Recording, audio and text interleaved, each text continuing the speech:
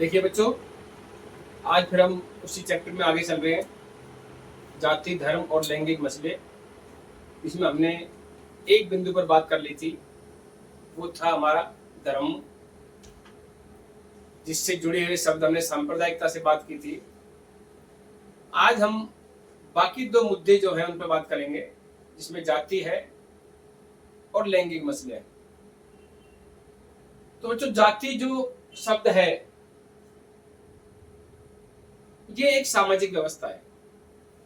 जाति जो है वो एक सामाजिक व्यवस्था है और समाज में बहुत बुरी तरह से व्याप्त है। वर्तमान में थोड़ा इसका असर कम हुआ है फिर भी, लेकिन प्राचीन काल से ही ये चली आ रही थी ये व्यवस्था, और इसका असर बहुत बड़े समुदाय के ऊपर था। इससे बहुत बड़ा समुदाय प्रभावित था। जाति को जन्म के आधार से, व्यवसाय से इनसे जोड़ा गया और जन्म के आधार पर ही इसको आगे तक बढ़ाया गया। बच्चों, जातिवाद जो है हमारा, ये एक ऐसी अवधारणा है जो जाति से जुड़ी हुई है, यानी कि जाति के आधार पर विभाजन करती है। ये जाति के आधार पर लोगों को छोटा या बड़ा, ऊंचा या नीचा समझने वाली एक अवधारणा है, जो भी गलत है, असंवैधानिक है। जातिवाद की जो धारणा है वो समाज में बहुत गलत तरीके से व्याप्त है और ये अवधारणा समाज को एक होने से रोकती है। इसके दुष्परिणाम हमारे सामने आए, हमने देखे, लेकिन जैसे जैसे ये समाज से कम होती जा रही है जातिवाद की धारणा, वैसे वैसे समाज हमारा आगे की ओर बढ़ रहा है। तो जाति के आधार पर समाज में लोगों को छोटा या बड़ा, ऊंचा या नीचा कहना ही जातिवाद कहलाता है। जाति के मामले में हम ज्यादा गंभीरता से बात नहीं करेंगे, लेकिन यह है कि एक सामाजिक व्यवस्था है जो जन्म और व्यवसाय से जुड़ी हुई है। जिसका जन्म जिस जाति में हुआ वो उसी जाति का माना गया। अब आगे हम बात करेंगे। हमने बताया कि ये वर्तमान समय में जातिवाद थोड़ा कम हो रहा है। जैसे जैसे समय निकलता जा रहा है जातिवाद कम हुआ है। तो बच्चों, इसके कारण कि जातिवाद कम क्यों हुआ, इसके कुछ खास कारण हैं जिनकी वजह से जातिवाद धीरे धीरे कम होता जा रहा है समाज से, और देश के विकास में सकारात्मकता भी आ रही है। पहला है राजनीतिक नेताओं व समाज सुधारकों द्वारा पहल या प्रयास।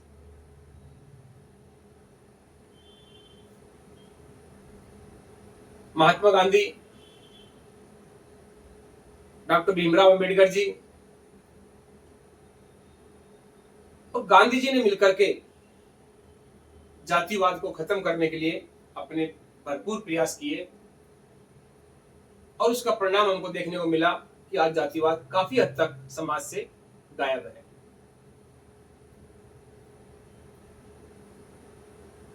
समाज सुधारकों ने समाज में पूरी तरह से लीन होकर के जातिवाद को खत्म करने का प्रयास किया, लोगों को इसके दुष्परिणामों से अवगत करवाया। तो लोगों में धीरे धीरे जब समझ आई, समझने लगे, तो जातिवाद से दूर भागने लगे लोग। इसके बाद अगला जो कारण है वो है बच्चों शहरीकरण। बच्चों, शहरीकरण ने जातिवाद को कम करने में बहुत ही महत्वपूर्ण भूमिका निभाई है। आज भी हम देखते हैं कि गांव में, शहर की बजाय गांव में जातिवाद ज्यादा है। शहर के बजाय गांव में जातिवाद ज्यादा है। शहर में जब लोग आए गांव को छोड़ करके, शहर में जब आकर वो बसे, तो लोगों ने देखा कि अगर हमें आगे बढ़ना है तो एक दूसरे का सहयोग करना जरूरी है, एक दूसरे से सहयोग लेना जरूरी है। और उस सहयोग की वजह से लोग एक दूसरे के नजदीक आए, आपस में उनके संपर्क बढ़े, तो जातिवाद धीरे धीरे अपने आप कम होता चला गया। तो शहरीकरण ने, जब शहर में भीड़ ज्यादा बढ़ी, जगह का अभाव, संसाधनों का अभाव, तो उसका परिणाम हमें ये मिला कि जातिवाद धीरे धीरे कम हुआ। तो शहरीकरण एक महत्वपूर्ण मुद्दा है जातिवाद को कम करने में। अगला बिंदु हमारा है शिक्षा का विकास। देखिए, ये तो है ही महत्वपूर्ण पॉइंट। इस शिक्षा के विकास ने, जब लोग शिक्षित हुए, उनका मानसिक विकास भी हुआ, उनका दिमाग ब्रॉड हुआ। और जब दिमाग का विकास हुआ, मानसिक विकास हुआ उनका, तो उनके दिमाग में जाति जैसे शब्द दूर दूर तक नहीं रहे। उन्होंने समानता पर जोर दिया। शिक्षित लोगों ने इस बात का लोगों का एहसास करवाया कि जब लोगों का शरीर एक है, ब्लड एक है, शरीर की बनावट एक है, तो ये लोग अलग कैसे हो सकते हैं। इस तरह के विचारों से लोगों को अवगत कराया और लोगों के दिमाग से भ्रम को निकाला, जातिवाद के भ्रम को। तो लोगों के समझ जो है वो जातिवाद के खिलाफ बढ़ने लगी। जो लोग शिक्षित होते चले गए, पढ़ते लिखते चले गए, समय के साथ साथ वो जातिवाद से दूर हटते अपने आप चले गए। तो कहने का मतलब ये हुआ कि शिक्षा ने भी जातिवाद को काफी हद तक, बहुत हद तक दूर भगाया। मानसिक विकास ने जातिवाद को एकदम उखाड़ फेंका। व्यावसायिक गतिशीलता, बच्चों ये जो पॉइंट है व्यावसायिक गतिशीलता, ये अपनी आवश्यकता पर ध्यान देता है। जब शहरों में व्यवसाय खुले, रोजगार खुले, उद्योग खुले, तो व्यवसायियों को, व्यापारियों को, उद्योगपतियों को मजदूरों की जब आवश्यकता पड़ी, तो नीची जाति के लोग ही ज्यादा मजदूरी करते थे। उनकी मजबूरी थी, उनके पास संसाधन नहीं थे। अब व्यवसायियों की मजबूरी ये थी कि उनके पास मजदूर नहीं है।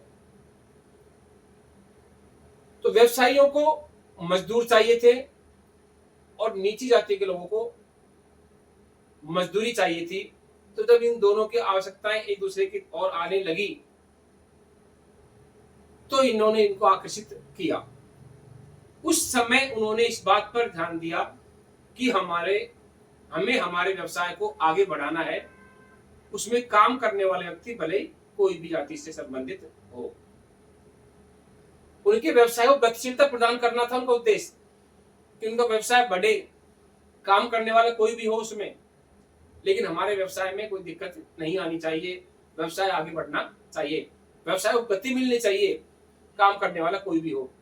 तो इन व्यवसायियों ने सभी जाति के लोगों को एक साथ बैठा करके काम करवाया अपने व्यवसाय में। तो वहां पर धीरे धीरे इस बात ने जोर पकड़ा कि हम सब समान हैं। जब सभी को बराबर काम मिल रहा है, तो फिर हम अलग अलग कैसे हो सकते हैं। तो व्यावसायिक गतिशीलता जो है, इसने भी जातिवाद को कम करने में अपनी भूमिका निभाई। संवैधानिक प्रावधान, जब हमारा देश आजाद हुआ और संविधान लिखा गया, तो संविधान में ऐसे प्रावधान रखे गए कि अगर कोई व्यक्ति जाति के आधार पर किसी के विचारों को ठेस पहुंचाता है या किसी को परेशान करता है या जाति के आधार पर किसी का भेदभाव किया जाता है, तो उसके खिलाफ कानूनी कार्रवाई का प्रावधान उसमें रखा गया।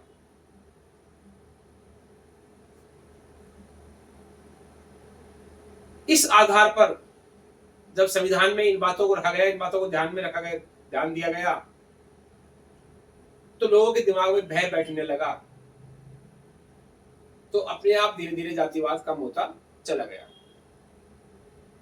तो भारतीय संविधान ने भी जातिवाद को कम करने में अपना पूर्ण रूप से प्रयास किया।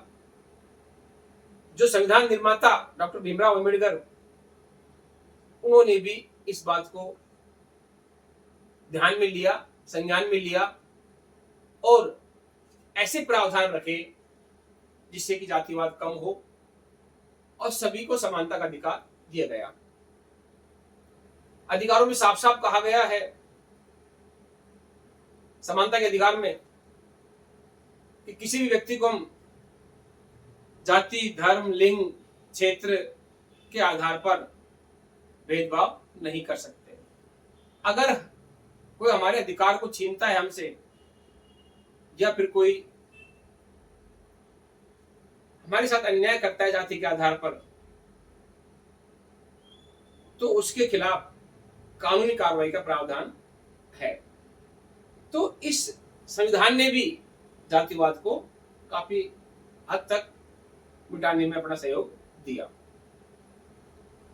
अंतिम जो कारण है इसका वो है जमींदारी जो प्रथा थी उसका उन्मूलन, उसकी समाप्ति। जमींदार प्राचीन काल में जो पैसे वाले जो सेठ लोग होते थे, जिनके पास जमीन होती थी, बड़ी बड़ी जमीन के हिस्से के मालिक होते थे, वो नीची जाति के लोगों से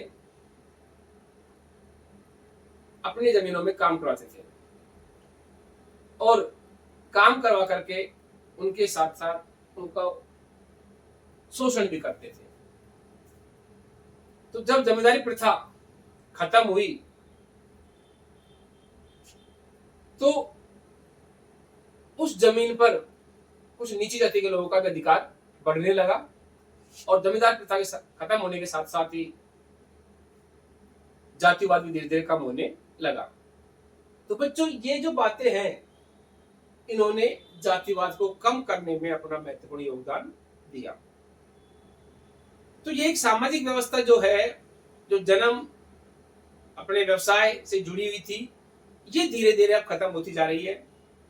जैसे जैसे शिक्षा बढ़ रही है, संविधान में प्रावधान इस तरह के रख दिए गए हैं, लोगों का मानसिक विकास हो रहा है, जैसे जैसे लोग समझते जा रहे हैं इसको, सभी समाज के लोग, सभी जाति के लोग एक दूसरे के नजदीक आने लग गए हैं। क्योंकि लोगों के दिमाग में समझ बैठ गई है ये बात कि मानव सब एक है, जाति है तो मानव की है, मानवता की जाति है। उस बात को समझने में लोग एक्सपर्ट हो गए हैं। बच्चों, अब हमारा अगला जो मुद्दा है वो है लैंगिक विभाजन। लैंगिक विभाजन, लिंग के आधार पर भेदभाव। भेदभाव किसमें? लड़के और लड़कियों में। लिंग के आधार पर विभाजन कि ये लड़का है, ये लड़की है, ये इस काम को नहीं कर पाएगी या इस काम को यही कर पाएगा। इस तरह की जो अवधारणा हमारे दिमाग में बैठ जाती है, उसी को हम लैंगिक विभाजन कहते हैं। यानी कि लिंग के आधार पर लड़के लड़कियों को बांटना, उनके काम बांटना, उनकी जिम्मेदारियां बांटना, उनके स्तर को बांटना, समाज में उनको अलग अलग स्तर देना। इस प्रकार की जो हमारे दिमाग में सोच है, जो विचार हमारे दिमाग में बने हुए हैं, ये जो मानसिक सोच है, यही लैंगिक विभाजन कहलाती है। मुख्य बात है लिंग के आधार पर महिला और पुरुषों में विभाजन करना, भेदभाव करना, यही लैंगिक विभाजन कहलाता है। अब बच्चों, नारीवादी आंदोलन। नारीवादी आंदोलन जो है ये एक ऐसा आंदोलन है जो महिलाओं के लिए उनके अधिकारों की मांग करता है, उनको समाज में एक अच्छा दर्जा, उच्च दर्जा, समानता का दर्जा देने की मांग करता है, उनके लिए उनके अधिकारों की मांग करता है। ऐसा आंदोलन जब महिलाओं को इकट्ठा किया जाता है, उनके लिए लड़ा जाता है, तो नारीवाद, नारी के लिए अच्छे विचार रखना, नारी के हित के लिए लड़ना, नारी की समानता के लिए लड़ना, यही नारीवाद कहलाता है। तो नारी के अधिकारों के लिए जब लोग एक होकर के लड़ते हैं, महिलाएं जब इकट्ठी होती हैं, तो नारीवादी आंदोलन कहलाता है। उद्देश्य है उसका मुख्य रूप से महिलाओं के अधिकारों के लिए एक लड़ाई, महिला अधिकारों के लिए एक लड़ाई, महिला समानता के लिए एक लड़ाई, महिला स्तर के लिए एक लड़ाई, वही महिला आंदोलन कहलाता है। ऐसा आंदोलन जिसमें महिला के हित की बात की जाती है, वो आंदोलन ही नारीवादी आंदोलन कहलाता है। अब है बच्चों श्रम का लैंगिक विभाजन। श्रम, मेहनत, मजदूरी, काम, उसका लैंगिक विभाजन। लिंग के आधार पर काम का बंटवारा, मेहनत का, श्रम का बंटवारा। बच्चों आज भी हमारी एक सोच बनी हुई है, अगर हम घर में ही देखते हैं तो घर में भी ऐसा विभाजन हो रखा है काम का अपने आप, कि इस काम को सिर्फ मम्मी ही करेगी या इस काम को बहन ही करेगी, मैं इस काम के लिए थोड़ी बना हूं, कोई मेरा काम थोड़ी है ये। तो इस तरह के जो विचार हमारे घर परिवार में रहते हैं, ये विचार, यही लैंगिक विभाजन है। हमारी सोच इस तरह की बन गई है कि हम खुल के कह देते हैं इस बात को कि ये काम मेरा थोड़ी है। अगर हमसे कोई रोटी बनाने के लिए बोले घर में, तो खुल के बोलते हैं, हम अधिकार के साथ बोलते हैं, हम ये काम मेरा थोड़ी है, ये मम्मी का काम है, ये दीदी का काम है, दीदी करेंगे इस काम को, तो मैं इसलिए थोड़ी बनाऊं। बड़ी अफसोस की बात है जब बच्चों हमने हमारे विचारों को ऐसा कर रखा है, तो लैंगिक समानता कैसे आएगी? तो लिंग के आधार पर हमारी जब सोच इस प्रकार से बन जाती है कि हम लिंग देख करके, लिंग के आधार पर काम का बंटवारा करने लग जाते हैं, उसी को लैंगिक विभाजन कहा जाता है। ये लड़की है, हमने देखा कि लड़की है, अगर हमने किसी को, यहां तक सोचिए, अगर किसी बाय द वे हमने शक्ल से पहचान नहीं पाए किसी को और उसको कोई काम दे दिया कि भाई ये काम कर, तुम्हें करना है ये काम, और बाद में पता चलता है कि ये तो लड़का नहीं लड़की है, तो उसको हम ये कहेंगे कि नहीं तुम्हारे बस की नहीं ये काम, तुम इसको नहीं कर सकते, तुम ये काम मत करो, तुम ये काम करो। ऐसी सोच हमारी बन गई है। इस प्रकार की जो सोच है, ये सोच ही लैंगिक विभाजन है। समाज में इस तरह की व्यवस्था बनी हुई है कि समाज में एक पैमाना ऐसा बन गया काम का कि ये काम महिलाओं का है और ये काम पुरुषों का है। लेकिन कुछ काम, क्या सारे काम, अगर पुरुषों को वो काम बाहर मिलते हैं, घर से बाहर, और उसका पैसा मिलता है, तो उस काम को बाहर वो कर लेते हैं, लेकिन घर में उन कामों को करना अपनी शान के खिलाफ समझते हैं। ऐसी दुविधा है समाज में। तो अच्छा, इसमें एक टॉपिक रह गया था हमारा पितृसत्तात्मक समाज। पितृसत्तात्मक समाज यानी कि पितृसत्ता यानी कि पूरी सत्ता, पूरे अधिकार पिता के पास में होना, घर के सारे फैसले लेने का अधिकार सिर्फ पिता के पास ही होना पितृसत्तात्मक समाज कहलाता है। कहीं नाम चलेगा पिता का चलेगा, कोई काम के लिए फैसला लेना है तो पिताजी जी लेंगे, कहीं नाम लिखवाया जाएगा पिताजी का नाम लिखवाया जाएगा, महिला का नहीं उस परिवार से। भले महिला पढ़ी लिखी है, पिताजी जो है वो अनपढ़ है, लेकिन नाम पिताजी का चलेगा। तो इस तरह की सोच जो है समाज में, यही पितृसत्तात्मक सोच है। सारी सत्ता, सारे अधिकार वो पिताजी के पास में होना ही पितृसत्तात्मक समाज कहलाता है। अब महिलाओं के साथ भेदभाव। हम महिलाओं के साथ भेदभाव कहां देखते हैं, किस किस स्तर पर देखते हैं, वो चीज हम पढ़ेंगे। सबसे पहला परिवार में भेदभाव। पारिवारिक भेदभाव जो होता है, मैंने अभी बताया था कि परिवार में खाना बनाना, झाड़ू पोछा करना, बच्चों के कपड़े धोना, साफ सफाई करना, सारा कुछ काम जो है हमने महिलाओं को दे रखे हैं।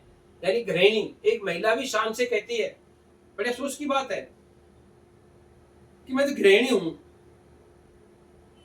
घर संभालती हूं जी, उसको उसकी कोई मजदूरी नहीं मिलती, उसको उसकी कोई तनख्वाह नहीं मिलती कि वो भी कह सके कि मैं भी एक कर्मचारी हूं। तो परिवार में भी हम महिलाओं के साथ भेदभाव करते हैं। उनको हम सिर्फ घर के कामों के लिए ही फिक्स कर रखा है कि घर के काम ही करेगी। एक छोटा सा एग्जांपल देता हूं। मान लो कि हम सब परिवार बैठ के खाना खा रहे हैं। कई परिवार ऐसे देखने को मिलते हैं समाज में, अगर पिताजी को प्यास लगी बीच में, तो पानी के लिए अगर बेटा खड़ा होता है तो बुढ़ा दिया जाता है, तो बैठ जा खाना खा ले। या तो मम्मी खड़ी होकर पानी के लिए जाती है, या बेटी खड़ी होकर पानी के लिए जाती है। उस समय पिताजी ये नहीं कहते कि नहीं बेटी ही क्यों जाएगी, या पत्नी ही क्यों जाएगी, बेटा क्यों नहीं जा सकता, या मैं क्यों नहीं जा सकता पानी पीने के लिए। तो ये सोच हमारी पहले से ही बनी आ रही है। इस प्रकार का जो परिवार में जो विभाजन है, काम का बंटवारा है काम का, कि महिलाएं ही करेंगी, ये काम महिलाओं के लिए है या लड़कियों के लिए है, इस प्रकार के विभाजन को हम पारिवारिक जीवन में लैंगिक विभाजन कहते हैं। तो परिवार में भी ऐसे बहुत सारे काम हैं जो महिलाओं को निश्चित कर रखे हैं। वो काम पुरुष के नहीं माने जाते। पुरुष का काम घर से बाहर का दे रखा है कि कमा के लाना है बस। इसके बाद मजदूरी के आधार पर भेदभाव। बच्चों, मजदूरी के आधार पर भेदभाव हमें वहां देखने को मिलता है जब सेम काम और सेम मजदूरी का आज जो प्रावधान है संविधान में, वो पहले संविधान में समाज में नहीं था। आज भी कई जगह देखने को मिल जाएगा कि जहां मजदूरी चल रही है, वहां पर पुरुष की सेम काम के लिए समान काम है दोनों का, उसके बाद भी पुरुषों की दिहाड़ी मजदूरी ज्यादा है और महिलाओं की मजदूरी कम है। काम दोनों का समान है, लेकिन ये माना जाता है कि पुरुष किसी भी भारी काम को करने को तैयार हो जाते हैं, लेकिन महिलाएं उस काम के लिए मजबूर रहती है कि महिलाएं उसके लिए इतनी मजबूत नहीं होती। ये हमारी मानसिक सोच बनी हुई है। तो मजदूरी कम मिलती है महिलाओं को बजाय पुरुष के, और पुरुष के बजाय महिलाओं को कम मजदूरी देकर उनको कमजोर किया जाता है, उनकी सोच को कमजोर किया जाता है, उनको बराबर का दर्जा देने से मना किया जाता है। उनकी मानसिक स्थिति अपने आप ऐसी बना दी जाती है कि हम कमजोर हैं, खुद सोचने लग जाती है, मजबूर हो जाती है कि हम तो वास्तव में ही कमजोर है इसका मतलब। तो ये मजदूरी के आधार पर भेदभाव हुआ। अब बेटी के बजाय बेटे का महत्व, बेटी के बजाय बेटों का महत्व। बच्चों, हम भ्रूण हत्या के बारे में खूब पढ़ते आ रहे हैं, समझते आ रहे हैं, सुनते आ रहे हैं। समाज इस स्तर तक पहुंच गया, बेटे को इतना महत्व देने लग गया समाज कि बेटियों को कोख में ही मार दिया जाता है। ज्वलंत समस्या है देश की। हमारे समाज में जब बेटे को इतना महत्व दिया जाता है, बेटा ही हमारे परिवार को आगे बढ़ाता है, बेटा ही समाज को आगे बढ़ाता है, ऐसी सोच जब हमारी बन जाती है तो बेटियों को महत्व कहां से मिलेगा? बेटियों को कौन जन्म लेने देगा? तो इसी सोच की वजह से समाज में बेटियों को पहले ही कोख में मार दिया जाता है, जिसको हम भ्रूण हत्या भी कहते हैं। भ्रूण हत्या के रूप में यही परिणाम आ रहे हैं। हर बात में बेटे को महत्व देना इस बात की ओर ले जाता है हमको कि समाज में बेटियों का कोई महत्व नहीं है, या है तो बहुत कम है। बहन सबको चाहिए, बुआ सबको चाहिए, माँ सबको चाहिए, लेकिन बेटी किसी को नहीं चाहिए। ऐसे हम विचार खूब कई बार समाज में सुनने को हमें मिलते हैं। बच्चों, ये विचार बेटी के लिए जिस दिन हमारे दिमाग में समानता का विचार आ जाएगा तो ये समस्या अपने आप समाप्त हो जाएगी। तो बेटे को और बेटियों को दोनों को समानता का अधिकार जब मिलने लग जाएगा, दोनों को समान जब समझना शुरू कर दिया जाएगा, तो समाज में ऐसी समस्या अपने आप धीरे धीरे कम हो जाएगी। हालांकि बदलाव आया है, समाज में बहुत फर्क है। इसका भेदभाव का सीधा पता लग जाता है कि आज भी महिला का जो शिक्षा अनुपात है वो पुरुषों से बहुत कम है। ये अलग बात है कि कुछ क्षेत्रों में महिलाएं बहुत आगे बढ़ गई हैं, अव्वल दर्जे पे पहुंच गई हैं, लेकिन अगर हम गिनती करें तो वो न के बराबर है। अभी कई राज्य तो ऐसे हैं जिनमें 800 से नीचे लिंग अनुपात पहुंच गया है। क्या होगा? इसका परिणाम कहां तक जाएगा? इन बातों से लगता है कि हमें इस बात पर गौर करना पड़ेगा कि लड़का लड़की एक समान। ये बातें सिर्फ कहने को नहीं रहेंगी, कहने को नहीं होनी चाहिए, इन पर गौर करना जरूरी है। धार्मिक मान्यताएं,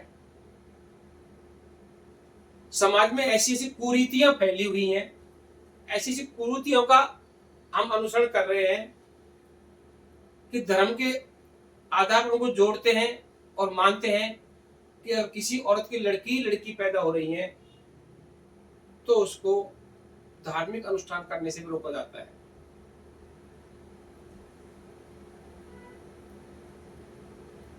लड़के होना धर्म के आधार पर सर्वे सर्व माना जाता है। बच्चों, ऐसी मान्यताएं लड़कों को जब मिल जाती हैं तो लड़की जिसके पैदा होती है उसका समाज में क्या स्तर होता है ये वही जानते और महसूस करती है। वो महिला जिसके लड़की पैदा होती है, हो गई है, या ज्यादा संख्या में लड़की पैदा हो गई है, तो उसको समाज में वो दर्जा नहीं होता।